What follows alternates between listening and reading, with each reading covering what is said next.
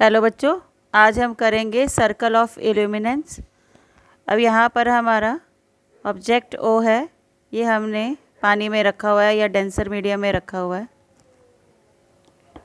तो ये हमने डेंसर मीडियम में ऑब्जेक्ट रखा है। ये ऑब्जेक्ट जो है वो लाइट दे रहा है, तो अगर नॉर्मल देता है तो वो सीधी निकल जाती है, कोई रिफ्रैक्शन नहीं होती। तो ओब्लिकली दी इसने, तो लाइट जो है वो रेयरर डेंसर से रेयरर गई, तो अवे फ्रॉम दी नॉर्मल मुड़ गई।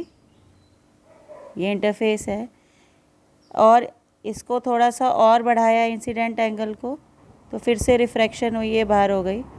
हमने और बढ़ाया तो हमने क्या देखा कि लाइट जो है वो 90 डिग्री पर मुड़ गई। अब ये 90 डिग्री पर मुड़ी, इस एंगल ऑफ इंसिडेंस को हमने क्या बोला? Critical angle. सिमिलरली ये जो है ये इस साइड भी हुआ, लाइट जो है वो डेंसर से रेयरर गई, अवे फ्रॉम दी नॉर्मल। फिर हमने इंसिडेंट एंगल और बढ़ाया, रेयर डेंसर से रेयर कर गई, अवे फ्रॉम दी नॉर्मल, और एक ऐसा एंगल आया जिस पे वो 90 पर मुड़ गई। अब इससे ज़्यादा बढ़ाओगे तो वो क्या हो जाएगी? अंदर वापस से रिफ्लेक्ट हो जाएगी। इसको हमने TIR बोला।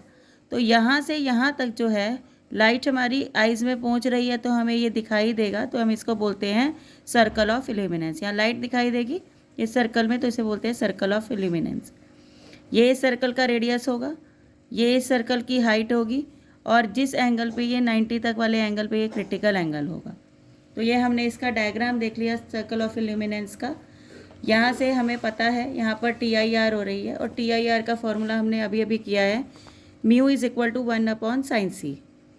तो sin c किसके इक्वल हो गया? 1/म्यू के, परपेंडिकुलर अपॉन हाइपोटेन्यूज। तो परपेंडिकुलर आपका 1 हो गया, हाइपोटेन्यूज आपका म्यू हो गया। हमने बेस निकाल लिया, बेस इसके इक्वल हो गया √μ² - 1। हमने यहाँ से tan c की वैल्यू भी निकाल ली। यहाँ से अगर हम tan c की वैल्यू निकालेंगे तो tan c हो जाएगा परपेंडिकुलर अपॉन में बेस। यहाँ पर परपेंडिकुलर 1 था और बेस था √μ² - 1।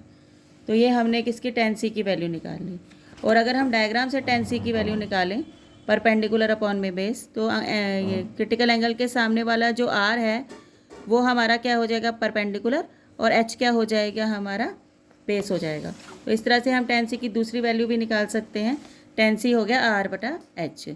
तो दोनों ही tan c हो गए जो हमने इस पाइथागोरस थ्योरम वाली तरीके से निकाला था, और डायग्राम से हम दोनों को इक्वेट कर देंगे, तो हमारा रेडियस आ जाएगा H/√μ² - 1। ये हमारा radius of circle of illuminance आ जाएगा। और ये रेडियस आ गया, एरिया निकालना है तो πr² में आप R की वैल्यू पुट कर देंगे, तो आपको क्या मिल जाएगा? एरिया मिल जाएगा।